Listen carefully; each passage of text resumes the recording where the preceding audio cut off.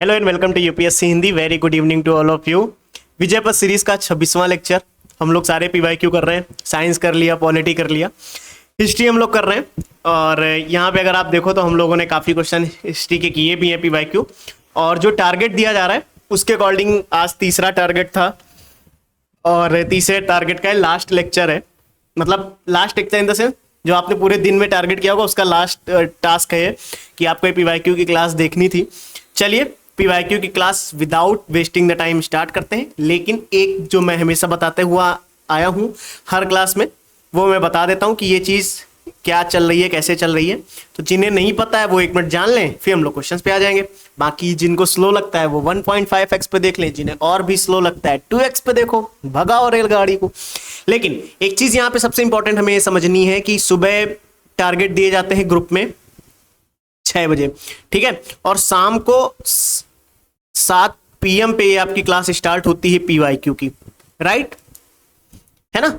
शाम को 7 बजे क्लास स्टार्ट होती है। अब समझने वाली बात यह है कि जो टारगेट मैं देता हूं, अब टारगेट आपके पास हिस्ट्री का भी है, geography, polity, economy, environment, science, right. Test series का भी एक टारगेट रहता है आपके पास। तो यानी इन सबको पूरा करने में कहीं ना कहीं समय लगता है। कुछ बच्चों ने रिवाइज पहले से कर रखा है तो उनको रिवीजन में कम समय लगता है, जल्दी रिवीजन हो जाता है उनका। तो जिन्हें समय लग रहा है कोई दिक्कत नहीं, और जिन्हें कम समय लग रहा है उसके बाद उनका जो शेड्यूल है पढ़ाई का, अपने अकॉर्डिंग कोई सब्जेक्ट जो वीक है, जो टॉपिक्स वीक है या कुछ एमसीक्यूज लगाने, वो अपने अकॉर्डिंग उसको करते रहे, वो मत बंद करें, ठीक है। ये टारगेट फॉलो करें। और मैंने पहले भी बोला जिन्होंने ये टारगेट बहुत अच्छे से फॉलो कर लिया, यूपीएससी हिंदी की टेस्ट सीरीज लगा ली, बहुत आराम से आप प्रीलिम्स क्वालिफाई करके आओगे। ज्यादा भटकने की जरूरत नहीं है। टॉपिक्स बहुत इंपॉर्टेंट यहाँ पे कराए जा रहे हैं। बाकी पीवाईक्यू आप लोग करते रहे, क्योंकि सारी पीडीएफ पीवाईक्यू की अभी क्लास के एंड में आपको मिल जाएंगी। सारी पीडीएफ मिल जाएंगी, history, geography, polity, economy, environment, ecology, science, सारी मिल जाएगी, ठीक है। Don't worry. बाकी हम लोग 1814 नंबर क्वेश्चन है, कह रहा है निम्नलिखित घटनाओं पर विचार कीजिए तथा उन्हें कालक्रम अनुसार व्यवस्थित कीजिए। एक साइड दांडी यात्रा, पूना समझौता, सांप्रदायिक घोषणा, गांधी इरविन समझौता। तो एक तरफ से हम लोग क्वेश्चंस करना स्टार्ट करते हैं। मैंने पहले बोला क्वेश्चंस भले यहाँ पे 25-30 कराऊं, लेकिन उनका एक्सप्लेनेशन, क्योंकि फैक्ट है, थोड़ा सा कुछ डेटा मैं देता हूं आपको, यानी फैक्ट की फॉर्म में कुछ चीजें मैं बताता रहता हूं, तो वो एक क्वेश्चन 5 क्वेश्चंस के बराबर होता है, यानी 20 क्वेश्चंस भी होते हैं, तो कहीं ना कहीं वो 100 क्वेश्चंस के बराबर हम लोग पहुंच जाते हैं। So don't worry, without wasting the time अब हम लोग क्लास स्टार्ट करते हैं। चलिए क्वेश्चंस पढ़िए। क्या कह रहा है कि दांडी यात्रा दी गई है, पूना समझौता है, सांप्रदायिक घोषणा है और गांधी इरविन समझौता है। कौन सा कब हुआ है ये हमें बताना है और इसको एक ऑर्डर में लगाना है। मैं इसको इरेज करे दे रहा हूँ। थोड़ी सी स्ट्रेटजी जो मैंने बताई कि ये फॉलो करते रहना आप लोग। तो दांडी यात्रा कब हुई है? आई थिंक सभी को पता होगा दांडी यात्रा कब हुई है। 1930 में, राइट, सभी को पता है। गांधी इरविन समझौता कब हुआ है? गांधी इरविन समझौता कब हुआ है? गांधी इरविन समझौता 1931 में, क्लियर है। और सांप्रदायिक घोषणा कब होती है? 1932 में। और उसके बाद पूना समझौता होता है 1932 में, ठीक है। अब देखो दांडी यात्रा 1930 में हुई, किसके नेतृत्व में हुई थी? सभी को पता है, महात्मा गांधी जी के नेतृत्व में हुई थी। 12 मार्च, ध्यान रखेंगे डेट इंपॉर्टेंट होती, कई बार पीसीएस में इसी तरीके से पूछता भी है। 1930, 12 मार्च 1930। कहां से शुरू हुई थी? सभी को पता होगा, आई थिंक साबरमती आश्रम से। क्या आपको ये पता था? साबरमती आश्रम से, है ना। पीसीएस जैसा एग्जाम है, पता नहीं पूछे या ना पूछे, लेकिन पूछेगा नहीं। लेकिन आप ध्यान रखेंगे तो कहीं ना कहीं एक बार थोड़ा सा भौकाल जमाने के लिए याद कर लीजिए। 241 मील, है ना। इसका उद्देश्य क्या था पता है आपको? दांडी यात्रा का कहीं ना कहीं इसका उद्देश्य था कि नमक कानूनों का उल्लंघन कर ब्रिटिश शासन का विरोध करना, ठीक है। यानी इसमें हम लोगों ने क्या देखा था, किसका उल्लंघन किया गया था? हम लोगों ने देखा कि इसमें नमक कानून का क्या किया गया? उल्लंघन किया गया था। अच्छा, नमक कानून का उल्लंघन करके हम क्या संदेश देना चाह रहे थे? कि ब्रिटिश शासन का विरोध कर रहे हैं, ठीक है। अब यहीं से आप देखोगे कि सविनय अवज्ञा आंदोलन की शुरुआत हुई। इसी का आप आगे देखोगे कि यहीं से आपको सविनय अवज्ञा आंदोलन की शुरुआत होती हुई दिखेगी, ठीक है। फिर उसके बाद अगर मैं आपसे पूना समझौते की बात करूं, 1932 में हुआ, लेकिन हुआ कब? ये हुआ है 24 सितंबर 1932, ठीक है। महात्मा गांधी थे, ठीक है, इसमें भी महात्मा गांधी जी थे, ठीक है। और कौन था? Doctor B R Ambedkar. Clear? कहीं ना कहीं महात्मा गांधी और डॉक्टर बी आर अंबेडकर में समझौता हुआ था। यानी दलित, इसमें क्या कहा गया था, इसमें कहा गया था, एक पॉइंट इंपॉर्टेंट है इसके लिए, अगर हम लोग ध्यान रखें तो सही रहेगा, कि दलितों के लिए आरक्षित सीटों की व्यवस्था की बात की गई थी। ठीक है, क्लियर?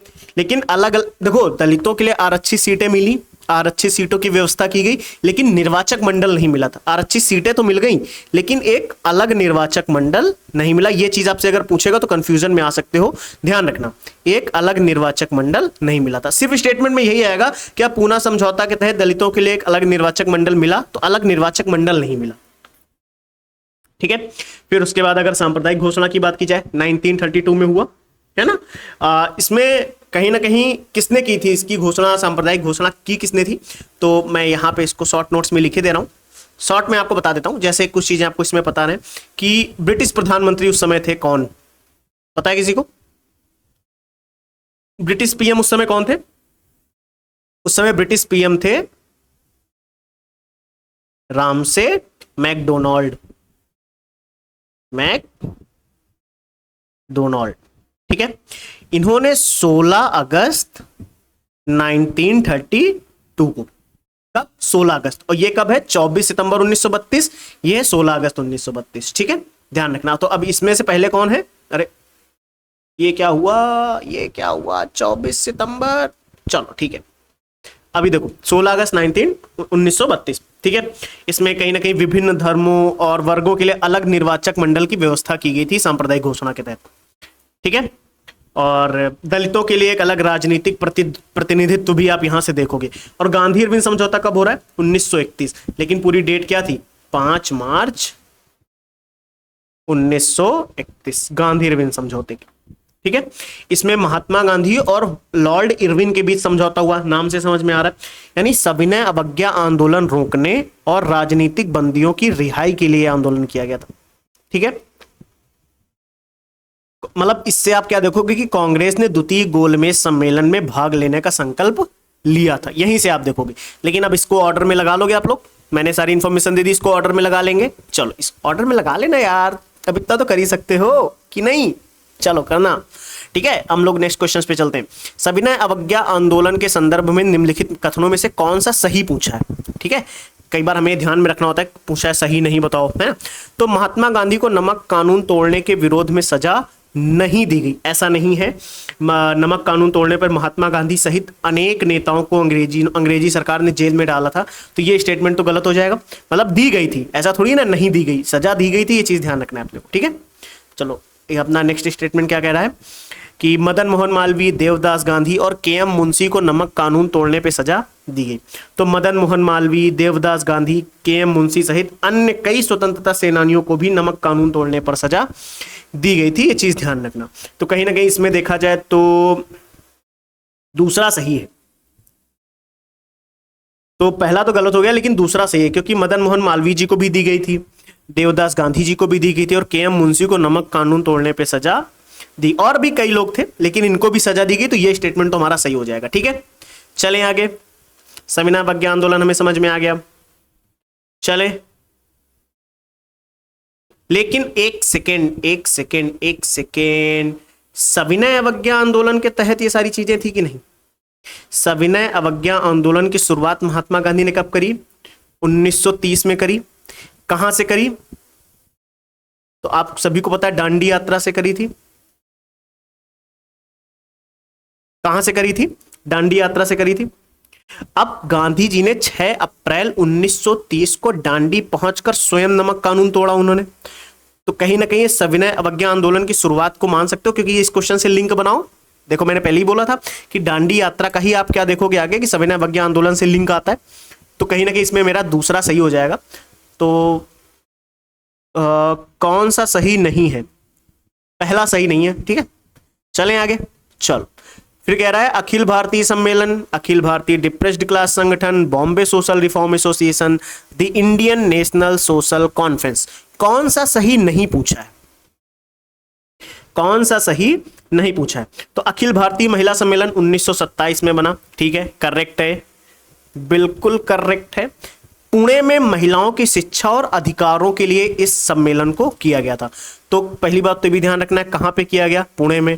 और आप एक चीज यहां पे एक पॉइंट सिर्फ इतना ध्यान रख लो, ये वुमेन एजुकेशन से रिलेटेड है, ठीक है। आप बस इतना अगर ध्यान रख लो कि कहीं ना कहीं एक वुमेन एजुकेशन से रिलेटेड है, ठीक है, इतना ध्यान कर सकते हो, है ना। चलो फिर कह रहा है अखिल भारतीय डिप्रेस्ड क्लास संगठन। तो ये बेटा जी ये रॉन्ग हो जाएगा, ये 1930 के आसपास की कहानी है, 1918 नहीं 1930 के आसपास की कहानी है। और डॉक्टर बी आर अंबेडकर इसमें थे मेन। कौन थे? Doctor B R Ambedkar. यानी यहां से आप देखोगे डिप्रेस क्लास संगठन या दलित वर्ग संघ की स्थापना की, ठीक है, 1930 में करी थी, 1918 में नहीं।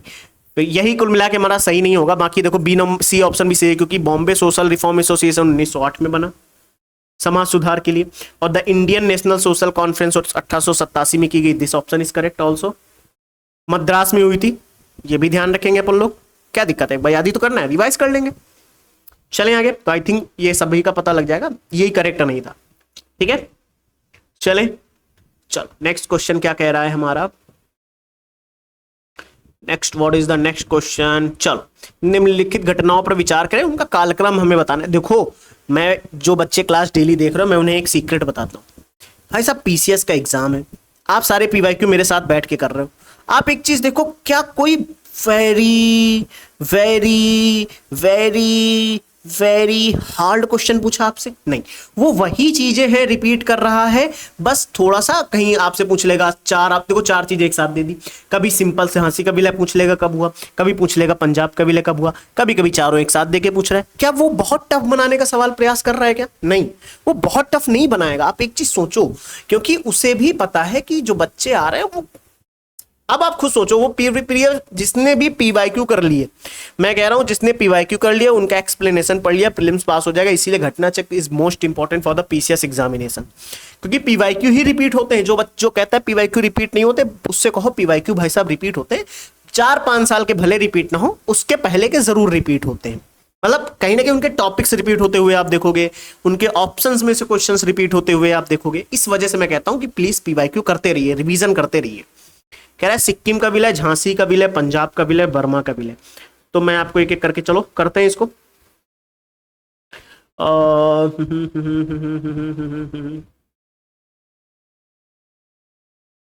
झांसी का विलय हुआ है, सिक्किम का विलय हुआ है, पंजाब का विलय हुआ है, वर्मा का विलय हुआ है। तो चलो सिक्किम का विलय सबसे पहले बताइए कब हुआ है। तो सिक्किम का विलय सभी को पता होगा 1975 पे हुआ, प्लीज रिवाइज, है ना। और झांसी का विलय कब हो रहा है? 1853 में हुआ है। पंजाब का विलय कब हुआ है? 1849 में हुआ है ना। बर्मा का विलय कब हुआ है? 1886 में हुआ है, ठीक है। अब मिला लोगे आप लोग, प्लीज इसे मिलाइएगा। चलो कुछ इंफॉर्मेशन देखते हैं झांसी के विलय के बारे में। आपको एक चीज बताता हूं, झांसी के विलय के बारे में छोटी सी इंफॉर्मेशन। आपने इनका नाम सुना है? लॉर्ड, अब डलहौजी की स्पेलिंग मेरे को नहीं आती, लॉर्ड डलहौजी। इनका एक सिद्धांत था, कौन सा? डॉक्ट्रिन ऑफ लैप्स या व्यपगत का सिद्धांत, है ना, सभी को पता होगा, है ना। इसके अनुसार झांसी का विलय किया गया था, ये ध्यान रखेंगे। यानी व्यपगत के सिद्धांत के तहत झांसी का विलय हुआ, क्लियर है। यानी बिना पुरुष के उत्तराधिकारी के राज्य को, बिना पुरुष उत्तराधिकारी के राज्य को अंग्रेजी राज्य में मिला लिया जाता था। पंजाब का विलय कब हुआ? 1849 में हुआ। कैसे हुआ? आप सभी को पता होगा, एक युद्ध हुआ था जिसको बोलते हैं द्वितीय आंग्ल सिख युद्ध के अंत में 1849 में पंजाब को अंग्रेजों ने अपने राज्य में मिला लिया, ठीक है। याद रखेंगे इसे, प्लीज याद रखना। फिर उसके बाद हम बात करते हैं, चलो वर्मा विलय की बात कर लेते हैं। तो ये वर्मा विलय कब हो रहा है? 1886 में हो रहा है। तो थर्ड आंग्ल वर्सेस बर्मा युद्ध हुआ ये, ठीक है। इस युद्ध के बाद 1 जनवरी 1886 1986 को वर्मा का अंग्रेजों ने विलय कर दिया। सिक्किम 1975 में हुआ है, 16 मई 1975। अगर ये डेट भी याद रहे तो बहुत बढ़िया है। 16 मई 1975 को सिक्किम का भारत में विलय हुआ और ये कौन सा राज्य बना? 22वां। ठीक है, चलें आगे। तो अब according to this information please इसका मिलान कर लीजिएगा, ऑर्डर में लगा लीजिएगा। ठीक है, चलो। कह रहा है लखनऊ में स्थापित अखिल भारतीय किसान कांग्रेस के महासचिव के रूप में किसे चुना गया था? सवाल पढ़ें। कह रहा है कि लखनऊ में स्थापित अखिल भारतीय किसान कांग्रेस के महासचिव के रूप में निम्नलिखित में से किसे चुना गया? स्वामी सहजानंद, एनजी रंगा, इंद्रलाल याग्निक, राम मनोहर लोहिया। तो किसे चुना गया था? तो मैं आपको बता देता हूं इनमें से किसे चुना गया था। इसमें चुना गया था एनजी रंगा जी को। ठीक है, यानी जब लखनऊ में अखिल भारतीय किसान कांग्रेस का महासचिव कौन था? एनजी रंगा। ठीक है, क्लियर। अच्छा, अखिल भारतीय किसान सभा की स्थापना कब हो रही? यही जो है अखिल भारतीय किसान कांग्रेस, इसे बाद में क्या कहा गया? अखिल भारतीय किसान सभा। इसे बाद में क्या कहा गया? अखिल भारतीय किसान सभा। ठीक है, इसके महासचिव के रूप में एनजी रंगा चुने गए। और इसकी स्थापना कब हो रही है? आपसे अगर ये पूछ ले तो क्या बताओगे? इसकी स्थापना हुई है 1936 में। क्लियर है? और इसका पहला सम्मेलन कहां पे हुआ है? अब तो बता दो, सामने लिखा है, क्वेश्चन में ही लिखा हुआ है। पहला सम्मेलन कहां हुआ है? पहला सम्मेलन हुआ है इसका लखनऊ में। लखनऊ शब्द ऊपर लिखा हुआ है, फिर भी नहीं बता पा रहे हो आप लोग, गंदी बात। फिर उसके बाद इसके प्रथम अध्यक्ष कौन थे? तो प्रथम अध्यक्ष कौन थे? स्वामी सहजानंद सरस्वती। स्वामी सहजानंद सरस्वती, ध्यान रखेंगे।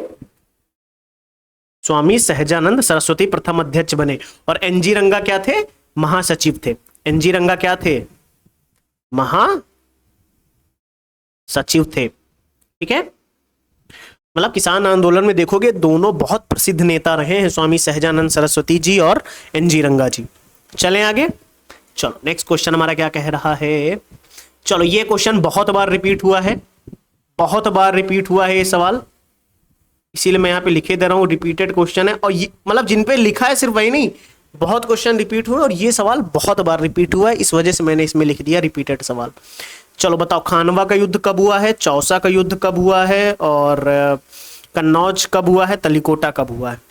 तो मैं बताता हूं इसमें से। अगर आप कन्नौज का युद्ध देखो तो कन्नौज हुआ है 1540 में। ठीक है, फिर अगर आप चौसा का युद्ध देखो तो ये हुआ है 1539 में। तलिकोटा का युद्ध अगर आप देखोगे तो 1565 में। और खानवा का युद्ध देखोगे तो 1527 में। तो ऑर्डर में तो आप लोग लगा लोगे, लेकिन जरा बताओ खानवा का युद्ध 1527 में हुआ है, किसके किसके बीच में हुआ? तो मैं यहां पे लिखे दे रहा हूं, इसे याद कर लीजिएगा। बाबर वर्सेस राणा सांगा। ठीक है, इसमें जीता कौन था? तो इसमें भाई साहब बाबर जीते थे, ध्यान रखना। और इस बाबर की जीत हुई और मुगल साम्राज्य की स्थापना होती है इसके बाद। चौसा का युद्ध किसके किसके बीच में हुआ? तो चौसा का युद्ध हुआ था शेर शाह सूरी वर्सेस हुमायूं। इसमें जीता कौन था? शेर शाह सूरी। कन्नौज का युद्ध शेर शाह इन्हीं के बीच में हुआ था, शेर शाह सूरी वर्सेस हुमायूं। ठीक है, यहां से आप देखोगे कि शेर शाह सूरी ने हुमायूं को फिर से पराजित किया, यानी जीता कौन? शेर शाह सूरी। तलिकोटा का युद्ध किनके बीच में हुआ? तलिकोटा का युद्ध भी आप लोग ध्यान रखिए, यह हुआ था दक्कन सल्तनत और वर्सेस विजयनगर साम्राज्य। ठीक है, इसमें दक्षिण भारत में हिंदू साम्राज्य का फिर आप देखते हो कहीं ना कहीं पतन होता हुआ, लेकिन यहाँ पे आप देखोगे कि दक्कन सल्तनत और विजय साम्राज्य के बीच ये युद्ध होता हुआ देखोगे 1565 में। ठीक है, क्लियर। तो इस प्लीज और जितने भी क्वेश्चन यहाँ पे कराए जा रहे हैं आधे घंटे से कम समय में भी आप इन्हें रिवाइज कर सकते हो, इसलिए प्लीज इसे रिवाइज करके ही रात में सोया करिए। ठीक है, चलो मैं नहीं तो टारगेट में ऐड कर दूंगा, फिर आप लोग कहोगे लो टारगेट कंप्लीट नहीं हो रहा है। शेरशाह सूरी का अंतिम अभियान निम्नलिखित में से किस राज्य के विरुद्ध था? तो शेरशाह सूरी का अंतिम अभियान कालिंजर के विरुद्ध ही था। कालिंजर भी लिखा हुआ देखोगे आप, कालिंजर। फिर आप देखोगे 1545 ईस्वी में ही आप इसकी मृत्यु देखते हो बारूद के विस्फोट से, है ना। ठीक है, क्लियर। मतलब कालिंजर के युद्ध के बाद, कालिंजर अभियान के बाद शेरशाह सूरी की सत्ता का सूर्यास्त हो गया था, ऐसा कहीं कहीं आप स्टेटमेंट लिखा हुआ देखोगे, तो आप ये ध्यान रखना। ठीक है, चलो फिर कह रहा है निम्नलिखित में से कौन सा एक सही नहीं है। फिर से आया कौन सा सही नहीं है। तो देखो सूरसेन जनपद की राजधानी मथुरा थी, ध्यान रखना। जो सूरसेन जनपद है इसकी राजधानी कौशाम्बी नहीं, इसकी राजधानी थी मथुरा, जबकि कौशाम्बी वत्स महाजनपद की राजधानी है। ठीक है, कौशाम्बी किसकी राजधानी है? वत्स की। देखोगे तो क्या है? कौशाम्बी। ठीक है, कंबोज राजधानी राजपुर हाटक की रही है, बिल्कुल सही है। ठीक है, अस्मक कहाँ की रही है? तो अस्मक राजधानी पोतन पोटिल, ये सही है, अस्मक की राजधानी। आप देखोगे सूरसेन जनपद की राजधानी मथुरा थी, ये भी सही है। कंबोज की राजधानी राजपुर हाटक। कौशल की आप श्रावस्ती जानते ही जानते हो, तो प्लीज इसे रिवाइज करना, इंपॉर्टेंट सवाल है, इस तरीके के सवाल दोबारा आते हैं तो गलती ना हो। चलो याद कर लो एक मिनट। कंबोज राजपुर हाटक, कंबोज राजपुर, अस्मक पोतिल पोटिल पोटिल पोतन, सूरसेन मथुरा, वत्स कौशाम्बी, कौशल श्रावस्ती। याद करने में क्या जाता है, रिवाइज करने में क्या जाता है, रिवाइज कर लो तेजी से एक बार, राइट। चलो नेक्स्ट सवाल हमारा क्या कह रहा है, निम्नलिखित तीर्थंकरों पर विचार कीजिए तथा उनका सही कालक्रम अनुसार व्यवस्थित कीजिए। तो बेटा जी मैं आपको इसमें से बता देता हूं, पहले बताओ अभिनंदन, पद्म प्रभु, विमलनाथ, मुनि सुब्रत नाथ। पता है मैंने ऐसा क्यों बोला? क्योंकि अभिनंदन आप देखोगे ये चौथे तीर्थंकर थे।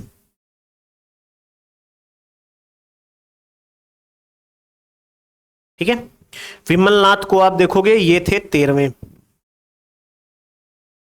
ठीक है, और मुनि सुब्रत नाथ को देखोगे ये थे 20वें, और पद्म प्रभु को देखोगे ये थे 6वें। इस अकॉर्डिंग क्या हो जाएगा? 1 4 3 2 आंसर हो जाएगा, 1 4 2 3, राइट। तो अभिनंदन चौथे तीर्थंकर थे। अच्छा अगर आपसे पूछे किनके पुत्र थे तो बता सकते हो? ये थे राजा संजय और देवी सुमना के पुत्र थे। ठीक है, क्लियर। विमलनाथ के बारे में कहा जाता है कि ये थे राजा कृतवर्मा और उनकी रानी, और रानी जय श्यामा। ये जय श्यामा के पुत्र थे अगर आपसे पूछ लिया तो, है ना। और मुनि सुब्रत नाथ के बारे में कहा जाता है ये राजा सुमित्र और रानी पद्मावती के पुत्र थे। राजा का नाम क्या था? सुमित्र। राजा सुमित्र और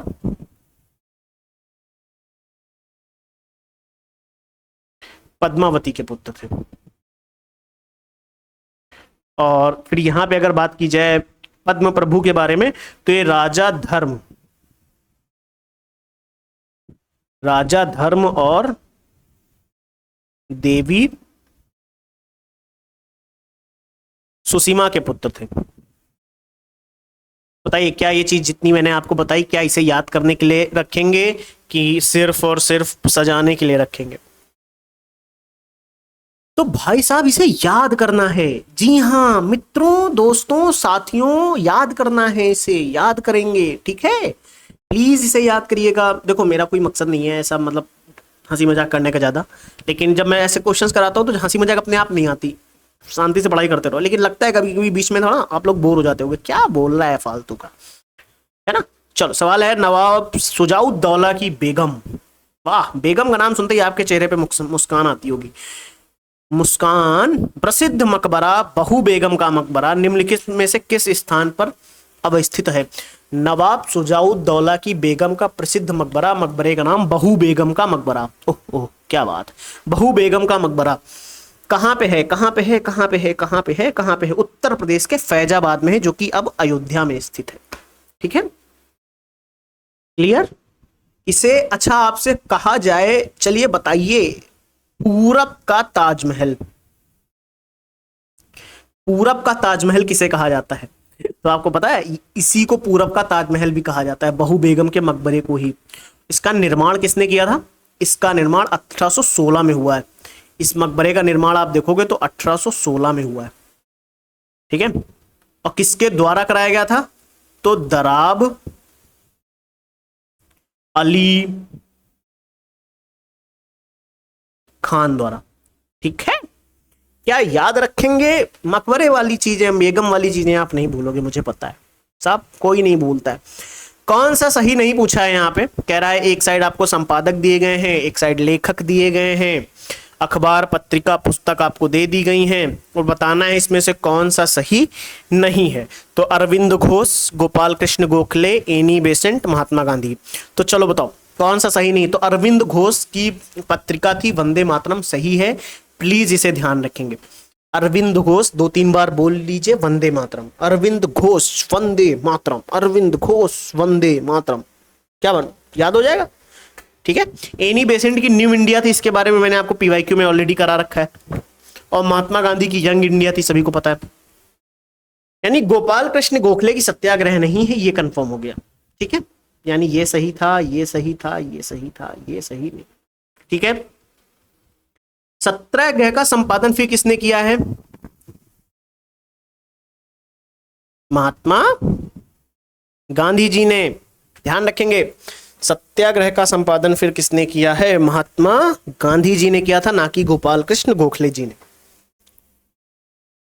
याद करो, याद करो, मैं 1 मिनट रुका हुआ हूं, याद करो, यही याद करो, आंखें बंद करो, चलो आंखें बंद करो, बंद करो आंखें, मैं बोल रहा हूं अरविंद घोष, अरविंद घोष वंदे मातरम, अरविंद घोष वंदे Mataram, Annie Besant new India, Annie Besant new India, Annie Besant new India, Annie Besant new India. Clear, Mahatma Gandhi young India, Mahatma Gandhi young India, Mahatma Gandhi young India.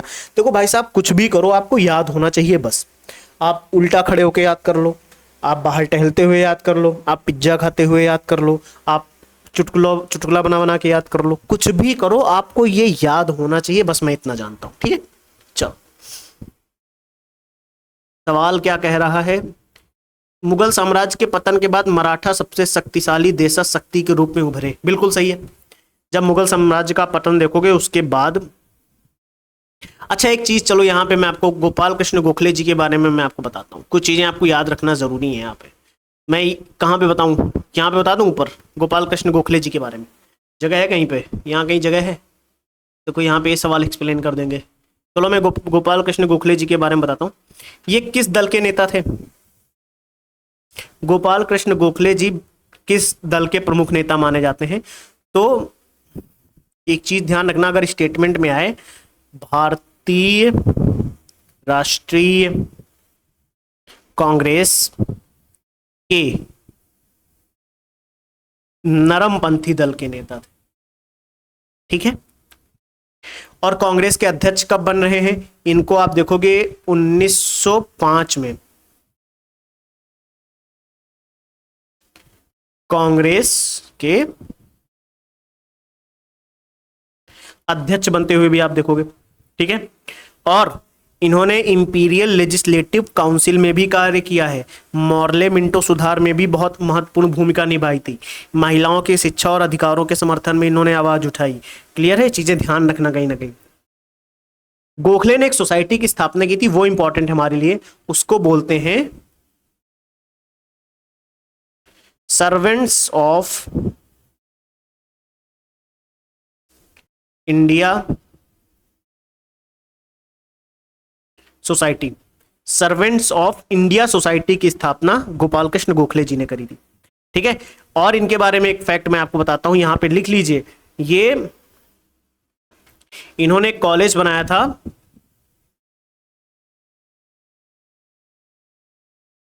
Ferguson college, Ferguson college के संस्थापक भी रहे हैं ये।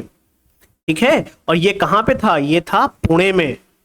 और गोपाल कृष्ण गोखले जी के बारे में मैं आपको एक पॉइंट बता देता हूं, यहां पे मैं नोट करे दे रहा हूं, इन्हीं से रिलेटेड है गोपाल कृष्ण गोखले से। इन्होंने रोनाडे इंस्टीट्यूट ऑफ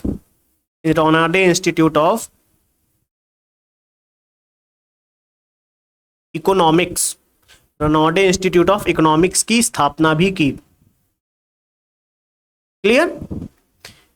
अब गोपाल कृष्ण गोखले जी पे चाहे जो सवाल लगे, कुछ चीजें आपके नोट्स में होंगी, कुछ मैंने आपको बता दी, यही सब आपके नोट्स में था तो बहुत बढ़िया।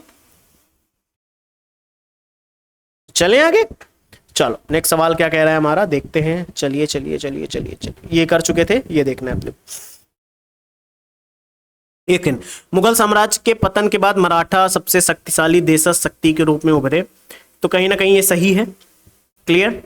और कह रहा है मराठा पहले शासक थे जिसके पास एकीकृत भारतीय राष्ट्र की संकल्पना थी, तो कहीं ना कहीं ये मान सकते हैं पूर्ण रूप से सही नहीं लेकिन आंशिक रूप से सही है, लेकिन ये आपस में लिंक सही नहीं है, इस वजह से सही तो है लेकिन व्याख्या सही नहीं कर रहा, ये चीज ध्यान रखना। ठीक है, चलो बाकी अगर आप मिलाना चाहोगे तो उसकी व्याख्या सही भी है, थोड़ा कंफ्यूजन है, मैं एक बार देख लेता हूँ इसका आंसर क्या है, क्या दिक्कत है देखने में। 1803 का ए माना है, यानी सही व्याख्या मानी है। मुगल साम्राज्य के पतन के बाद मराठा सबसे शक्तिशाली देशज शक्ति के रूप में उभरे क्योंकि मराठा पहले शासक थे जिनके पास एकीकृत भारतीय राष्ट्र की संकल्पना थी। क्योंकि लगा के हो रहा है, चलो ठीक है, चलो ठीक है, चलो आगे चलते हैं। हमारा सवाल है, देखो ये चीज टारगेट में आज के है, आपसे मैंने बोला है विद्रोह पढ़ने के लिए, आज के टारगेट में था, आपको पढ़ा होगा तो चलो करो ये सवाल पहले आप, चलो करो। तेभागा आंदोलन, मोपला विद्रोह, पाबना किसान विद्रोह, बंगाल नील विद्रोह, ये सारा आप आज का टारगेट देखो, ये सारे लिखे हैं, बंगाल मोपला सब लिखा हुआ है उसमें, विद्रोह की बात करिए, इसको पढ़ना है आपको। चलिए चलिए चलिए, बताइए बताइए बताइए, तेभागा आंदोलन कब हुआ है? तेभागा आंदोलन हुआ 1946-47 में, पता है आपको? अब मैं गलत करूंगा तो आप लोग करेक्ट करना, ठीक है। मोपला विद्रोह कब हुआ है? 1921 में। और पाबना किसान विद्रोह कब हुआ है? 1879-80 में। और बंगाल नील विद्रोह कब हुआ है? 59-60 में। ठीक है, तो चलो एक बार मिला लेते हैं आंसर। 1802 का दे क्या रहा है यहाँ पे? 1802 में है डी। आओ आ जाओ बच्चा, 1802 का डी। 4-3-2-1, 4-3-2-1, सही तो है अपना, ठीक है। लेकिन अब चलो मैं थोड़ी सी इंफॉर्मेशन इसमें ऐड करता हूँ। तेभागा आंदोलन 1946-47 में हो रहा है। बंगाल में बटाईदार किसान द्वारा जमींदारों के खिलाफ भूमि की हिस्सेदारी और अधिकार को लेकर यह आंदोलन किया गया था। क्लियर है? तेभागा आंदोलन कब किया गया?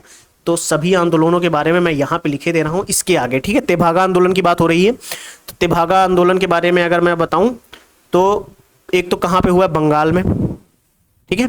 बंगाल में जो बटाईदार किसान थे, कौन थे? बटाईदार किसान वर्सेस जमींदार, ठीक है। अब कहोगे जमींदारों के बीच क्यों हुआ? तो भूमि की हिस्सेदारी और अधिकार को लेकर हुआ है, ठीक है। मोपला विद्रोह कब हो रहा है? 1921 में। तो हुआ कहां पे है? तो पहली बात तो केरल ध्यान रखेंगे, केरल में भी कई बार वो पूछता है मालाबार में हुआ है, ऐसा करके, ठीक है, ठीक है, क्लियर। अब ये हुआ क्या था? मुस्लिम काश्तकारों का ब्रिटिश और हिंदू जमींदारों के विरुद्ध कहीं ना कहीं आप ये देखते हो, ठीक है। अच्छा, पाबना किसान विद्रोह कहां पे हुआ है? पाबना किसान विद्रोह हुआ है बंगाल, ठीक है। एक पाबना नाम का जिला है, वहां पे हुआ है। किसान विद्रोह था, लगान के खिलाफ हुआ था।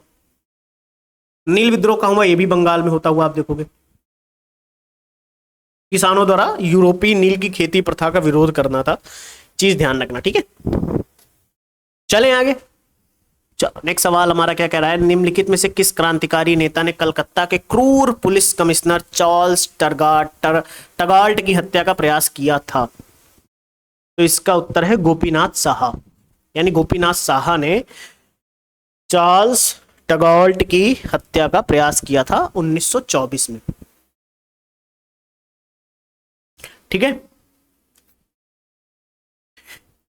जो गोपीनाथ साहा थे बंगाल के प्रसिद्ध क्रांतिकारी थे। पहली बात तो ये भी ध्यान रखना है अपने, कहाँ के थे, बंगाल के थे, एटलीस्ट यही ध्यान रख लें हम लोग, है ना। यानी तेगाड़ के अत्याचारों के विरोध में उसकी हत्या का प्रयास किया गया, लेकिन गलती के कारण उन्होंने हत्या किसकी कर दी, उन्होंने हत्या कर दी थी अर्नेस्ट डे की। इनकी करने चले थे और अर्नेस्ट डे की हत्या कर दी। ठीक है। बाद में इन्हें गिरफ्तार किया गया, फिर इन्हें फांसी की सजा दी गई, फांसी की सजा सुनाई गई थी, है ना। चलो, हल्दी घाटी के युद्ध में महाराणा प्रताप की राजपूत सेना का सेनापति कौन था, बताओ। हल्दी घाटी के युद्ध में, हल्दी घाटी के युद्ध में, हल्दी घाटी के युद्ध में महाराणा प्रताप की राजपूत सेना का सेनापति कौन था। तो कब हुआ है, 1576 में हुआ है। तो हकीम खान सूर इनकी सेनापति था। और ये अगर आपसे पूछ ले तो ध्यान रखना, ये अफगान मूल के थे।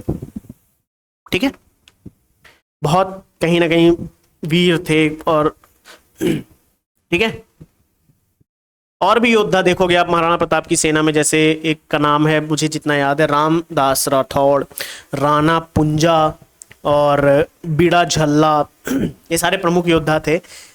तो ध्यान रखना। चलें आगे। क्या ये सवाल आपका सही हुआ है तो हम आगे चलें। जी हाँ सर, आगे चलिए, रुकिए मत, चलो चलो कोई बात नहीं। छत्रपति शिवाजी से संबंधित निम्नलिखित घटनाओं को काल क्रम के अनुसार व्यवस्थित करना है हमें। सही उत्तर का चयन भी करना है। तो चयन करना है यहाँ पे, तो अपनी मनपसंद का चयन करना बड़ा मुश्किल है। यहाँ पे उत्तरों को चयन करने की बात की जा रही है, कर लेंगे, चलिए कोई बात नहीं। चाकन के किले पर विजय, अफजल खां का प्रकरण, मुगलों से मतभेद का प्रारंभ, सूरत पर आक्रमण तथा लूटना। तो एक चीज ध्यान रखते हैं, यहाँ पे याद करने का प्रयास करेंगे। चाकन किला विजय ये हुआ 1660 में। ठीक है, 1660। बीजापुर सल्तनत से छीनकर मराठाओं के अधिकार में आ गया था। ठीक है, क्लियर, शिवाजी से रिलेटेड है। हाँ, यानी बीजापुर सल्तनत से छीनकर मराठाओं के अधिकार में से लिया गया। अफजल खां का प्रकरण ये हुआ है 1659 में। अफजल खां का जो प्रकरण हुआ है ये 1659 में हुआ है। ये बीजापुर के सेनापति अफजल खान को शिवाजी ने कहीं ना कहीं हराया। और मतलब ये घटना प्रमुख मानी जाती है, बस इतना ध्यान रख लो बहुत है। मुगलों से मतभेद का प्रारंभ कब हो रहा है, 1667 में। अभी तो इसके बाद अफजल खां का प्रकरण आप देखते हो। मतलब बचपन से ही शिवाजी का परिवार मुगलों से तनाव में था और बाद में औरंगजेब से संघर्ष होता हुआ देखोगे। आगरा कांड में इन्हें बंदी भी बनाया गया, आप पढ़ा होगा आप लोगों ने, है ना। फिर सूरत पर आक्रमण 1664 में हुआ है। शिवाजी ने मुगलों के सूरत पर 2 बार हमला किया है, 2 बार। और पहली बार 1664 में सफलतापूर्वक लूटपाट करी थी, पहली बार 1664 में। अच्छा, शिवाजी के अभियान में एक युद्ध बहुत प्रसिद्ध था, वो युद्ध कौन सा था, पढ़ा है आप लोगों ने, शायद पता हो आप लोगों को। उसका युद्ध का नाम होता था, मैं लिख रहा हूं आप लोगों को याद आ गया होगा, गुरिल्ला युद्ध, है ना। चलो चलें आगे। अब मिलान कर लेना यार, अब इतना सारा चीज आपके सामने लिख दी, मिला लेना अब। कश्मीर के शासक जैन उल आबिदीन का वास्तविक नाम क्या था। कश्मीर के शासक थे जैन उल आबिदीन, तो कम से कम यही ध्यान रखेंगे हम लोग, है ना। एटलीस्ट अगर हम लोग यही ध्यान कर लें कश्मीर के शासक जैन उल आबिदीन थे, तो उनका सही नाम क्या था, वास्तविक नाम क्या था। तो कश्मीर के शासक जैन उल आबिदीन का वास्तविक नाम था शाही खां। क्या नाम था, शाही खां। क्लियर है। जैन उल आबिदीन कश्मीर का कौन से वंश का था, कौन से वंश का था, कौन से वंश का था, कोई बताएगा। शाहमीर वंश।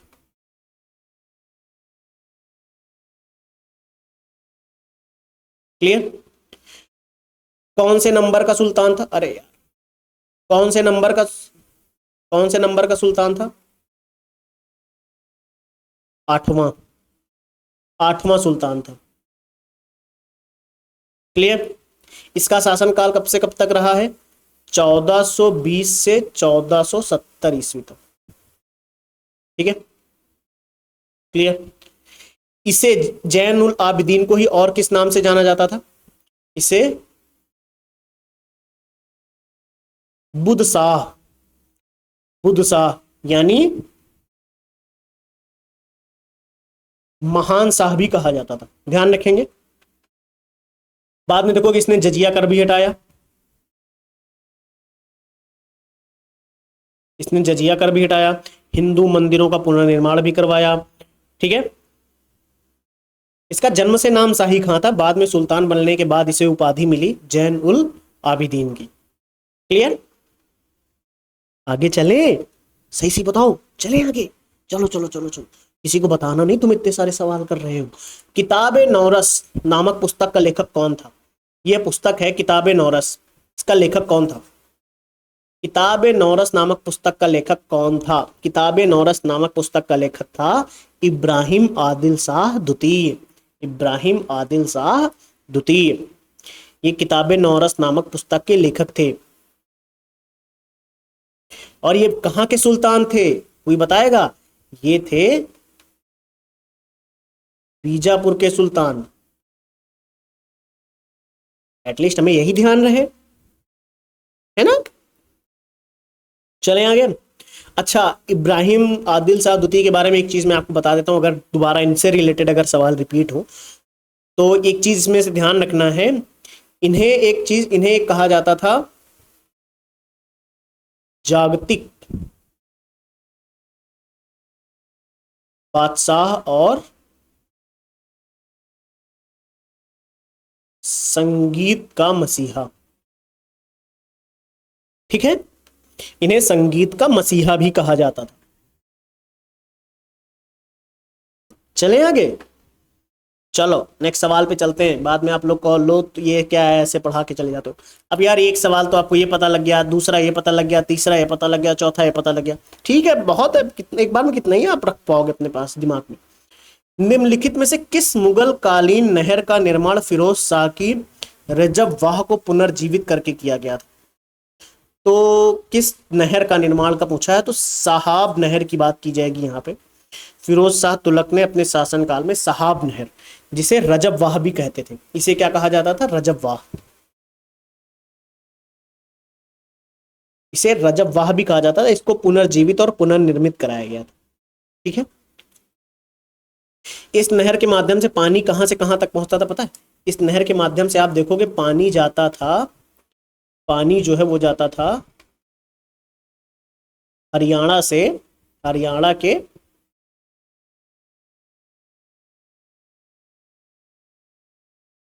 हिसार तक। कि आप देखोगे जब पानी जा रहा है तो इसकी वजह से आप देखोगे कि एग्रीकल्चरल प्रोडक्टिविटी बढ़ गई थी, ठीक है। चल नेक्स्ट सवाल क्या कह रहा है, निम्नलिखित में से कौन सा सही नहीं पूछा है, कह रहा है कौन सा सही नहीं है बताओ, दम है तो बताओ कौन सा सही नहीं है, कौन सा सही नहीं है। तो इसने तो सवाल पूछ दिया, बताने की जिम्मेदारी हम लोगों की है, चलो करते हैं। क्या कह रहा है, अरे यार मेरा माइक बार बार गिर जाता है, चलो अभी शांति से रखो यार इसको तुम। हाँ चलो, कह रहा है निम्नलिखित में कौन सा, शेख मुइनुद्दीन चिश्ती की दरगाह कहाँ पे है? अजमेर में है। हाँ तो बिल्कुल सही है ना, ये राजस्थान में है तो सही है, कौन सा गलत है, सही है अपना। फिर है शेख बुरहानुद्दीन गरीब की दौलताबाद में, ठीक है, दौलताबाद यानी महाराष्ट्र में आप देखोगे, है ना, बुरहानपुर में भी है, ठीक है, करेक्ट है। फिर शेख मोहम्मद हुसैनी गुलबर्गा यानी कर्नाटक, सही है, इनकी दरगाह गुलबर्गा में है। शेख निजामुद्दीन औलिया की मुल्तान में नहीं है, शेख निजामुद्दीन औलिया का संबंध दिल्ली से, ठीक है। रुको ऐसे मत लिखो, ऐसे करने पे आप लोग कंफ्यूज हो जाते हो, ये आंसर गलत है लेकिन इसका असली आंसर क्या हो जाएगा? दिल्ली, ठीक है, दक्षिण दिल्ली में है, ठीक है। चलिए आगे, अब तो सही हो गया अपना ये सवाल। चलो नेक्स्ट सवाल क्या कह रहा है, एक काम करते हैं, वैसे भी काफी सवाल हम, अच्छा रुको इधर है अभी, चलो कर लेते हैं, ऊपर चले गए थे, इधर वाले सवाल कर लेते हैं, बाकी बाद में करेंगे, ठीक है, बाकी कल करेंगे, अभी इनको करने में 10 मिनट तो लगेगा ही अपना, 50 मिनट तो ऐसे हो जाएगी क्लास। दीवाने तन, मुस्ता, मुशर्रिफ, वकिया नवीस, एक साइड अधिकारी दिए गए हैं, एक साइड उनके कार्य दिए गए हैं। तो चलो बताओ दीवाने तन का काम क्या होता था? दीवाने तन, वाह वाह क्या बात है, दीवाने तन। तो दीवाने तन का काम था वेतन व जागीर की देखरेख। चलो जागीर व वेतन को देखना। मुस्ता, मुस्ता मुक्ता है भाई साहब, मुक्ता मुक्ता मुक्ता मुक्ता मुक्ता मुक्ता मुक्ता होता था राज्य की आय व्यय का निरीक्षण करना। तो राज्य की आय व्यय का हम निरीक्षण भी करेंगे। अच्छा रुको मिनट, सही से थोड़ा सा शुद्धता से, है ना बच्चा जी, शुद्धता। अरे यार ये चीज नहीं अच्छी लगती। एक तो तुम सबके साथ हंसी मजाक करके पढ़ो, फिर ये जो लैग होता है ये समझ नहीं आता। चलो अभी नहीं होना चाहिए, देखते हैं, होना नहीं चाहिए बाकी। तो दीवाने तन का मतलब होता है जागीर व वेतन को देखना। मुस्ता का मतलब होता है राज्य की आय व्यय का निरीक्षण करना। और मुशरिफ का मतलब होता है कार्यभार को संभालना, कार्यालय को संभालना। और वकिया नवीस का मतलब होता है प्रमुख घटनाओं व फरमानों को सूचीबद्ध करना। ठीक है, ठीक है, क्लियर? अभी मिलान कर लेना अपने हिसाब से, ठीक है। चलो, अकबर ने लड़कों और लड़कियों के विवाह की आयु निर्धारित करने का प्रयास किया। सही तो था यार, ये स्टेटमेंट तो अपना सही है। अकबर ने लड़के और लड़कियों की विवाह की न्यूनतम आयु निश्चित करने का प्रयास किया था। लड़कों के लिए 16 वर्ष कहीं ना कहीं करी थी और लड़कियों के लिए 14 वर्ष। तो ये स्टेटमेंट सही है। अकबर ने लड़कियों के अभिभावकों के दबाव से, एक मिनट, अकबर ने लड़कियों को अभिभावकों के दबाव से अलग स्वयं की इच्छा से विवाह करने की स्वतंत्रता दी थी। सही है ना। तो लेकिन बाल विवाह का विरोध किया था, ये चीज ध्यान रखना। तो ये दोनों स्टेटमेंट हमारे करेक्ट हैं, कोई दिक्कत की बात नहीं है। चलो आगे चलें। 1687 में जब औरंगजेब ने गोलकुंडा किले पर अधिकार किया, तो गोलकुंडा किले पर अधिकार कब किया है? 1687 में। तो ये ध्यान रखना। उस समय गोलकुंडा का शासक कौन था? उस समय गोलकुंडा का शासक कौन था? अबुल हसन कुतुब शाह। अबुल हसन कुतुब शाह, ठीक है। अबुल हसन कुतुब शाह गोलकुंडा के कुतुब शाही वंश का अंतिम शासक माना जाता है। इसका शासनकाल था 1672 से 1687। 1687 में भाई साहब तो ले रहे ना, है ना, ठीक है। अबुल हसन कुतुब शाह को पकड़कर दौलताबाद किले में हमेशा के लिए कैद कर दिया था औरंगजेब ने।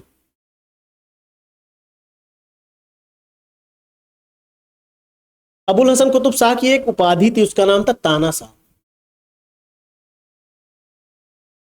तानाशाह उपाधि थी। और कुतुब शाही वंश की सांस्कृतिक धरोहर में इसका स्थान बहुत महत्वपूर्ण माना जाता है। लेकिन अब क्वेश्चन के अकॉर्डिंग में पता रहना चाहिए, बाकी ठीक है। फिर अब ये आखिरी सवाल है हमारा, निम्नलिखित ग्रंथों पर विचार करना है। विचार करो बस, आप लोग विचार करो, कालक्रमानुसार मैं व्यवस्थित करे दे रहा हूँ, ठीक है। आप लोग विचार करिए, विचार करो, ठीक है। फतवे जहांदारी, पृथ्वीराज रासो, किताबुल हिंद, तबकात नाशरी।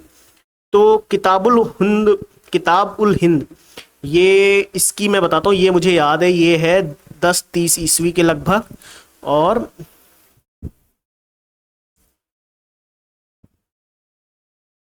अल बरूनी के लगभग की बात है, ठीक है। और पृथ्वीराज रासो सभी को पता है, बच्चे बच्चे को पता है। चंद बरदाई 12वीं सदी के लगभग की बात है, ठीक है। और तबगाद नासिरी ये जो है, ये है 1260 में, ठीक है। ये थी मिनहाज ए सिराज, ठीक है।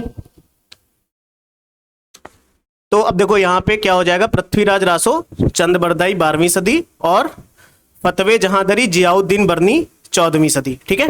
काल क्रमानुसार व्यवस्थित हो गए हैं अब आपके। अब इसको जरा एक बार ऑर्डर में लगा लेना, ठीक है। चलो आपके सारे सवाल यहाँ पे हो गए हैं आज के। कल बाकी नेक्स्ट सवाल से करेंगे, तब तक के लिए thank you, take care, bye bye.